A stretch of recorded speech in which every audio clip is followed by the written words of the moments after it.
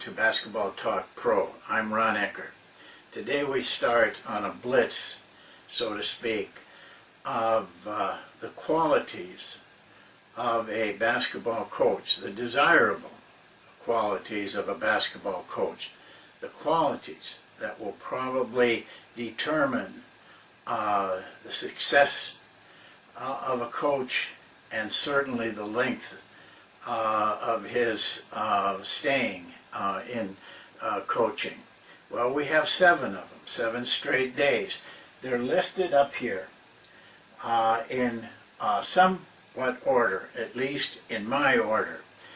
Now, you know, each one of those qualities is part of the unity of the person.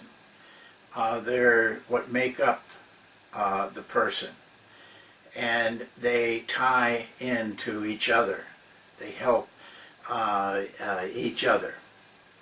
Well, the first one on that list is love. Now, this isn't a romantic love. This is a love of what you do, a love of the work that you do. And there's a difference between like and love. A lot of things you like going out to dinner, you like a certain kind of movie, but do you love those things enough to do whatever you have to do to take part in them? You see, love drives you to do the things that you need to do, but not necessarily what you want to do. Without that kind of feeling for what you do in your work, you will stop too soon. You won't do many of the things that are drudgery or even dangerous, or at least something you are afraid of. Now, some people call this passion, and I would agree with that. But to me, passion is the outward manifestation of the inner feeling of love. Passion is what you see. Love is what you feel. And that's much stronger than what you do. But it does have the outcome of passion. It's hard not to have passion without love. So, this is a quality, though, that I don't know that you can develop. We will talk as we go through these 7 of development of qualities. It's not that we can ever attain mastery in each one of them, but it's that we extend ourselves to reach that. But love is different. Love is something you really just come to. It comes to you. And maybe you can at least learn it as you go along. But eventually the feeling has to become very, very strong. Because it is the feeling that pushes you through all the things that you have to do. It drives you. I'll give you an example. This is a true story. I don't know if you know the thing they call silent fences for, invisible fences for dogs. They're a little wire that goes around the circumference of where your dog can go.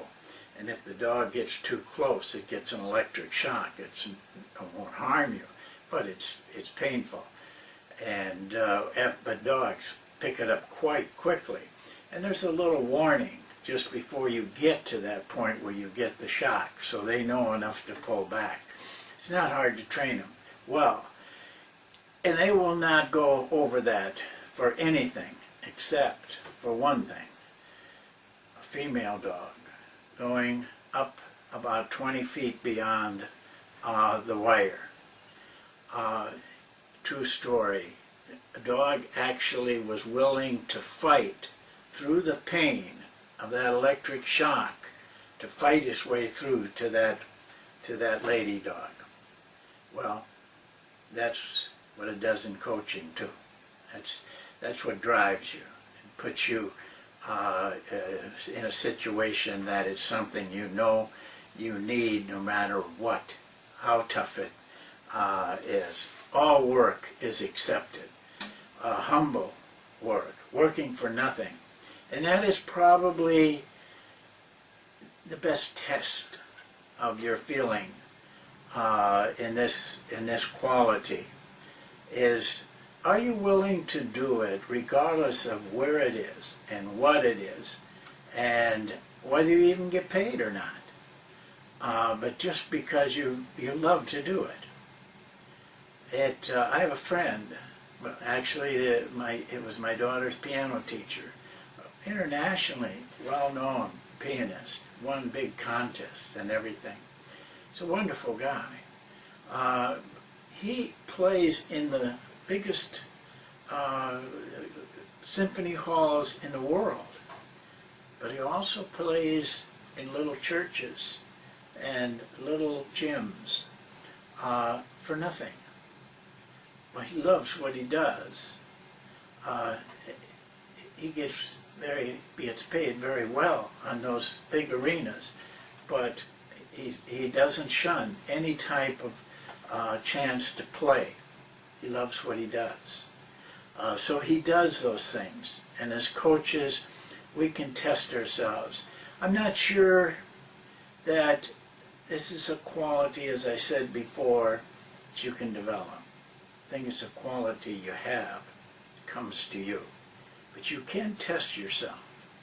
And I think it's a good time for you to do that. Sit down with yourself. It's got to be deep. It can't be fluff. It can't be cosmetic. It's got to be something you really feel. And I would advise you this. If you don't have that feeling, if there's other things that mean more to you than coaching, my advice, and I hate to see anybody leave the profession, but I think you should. If there's something you love better, then that's what you should do. And that's why I say I'm not sure you can develop it. I think you have it. And when you have it, you don't look at all the trappings of the profession. They don't mean as much to you. Whether it's status, money, fame, power, those aren't the things that you need or want. So,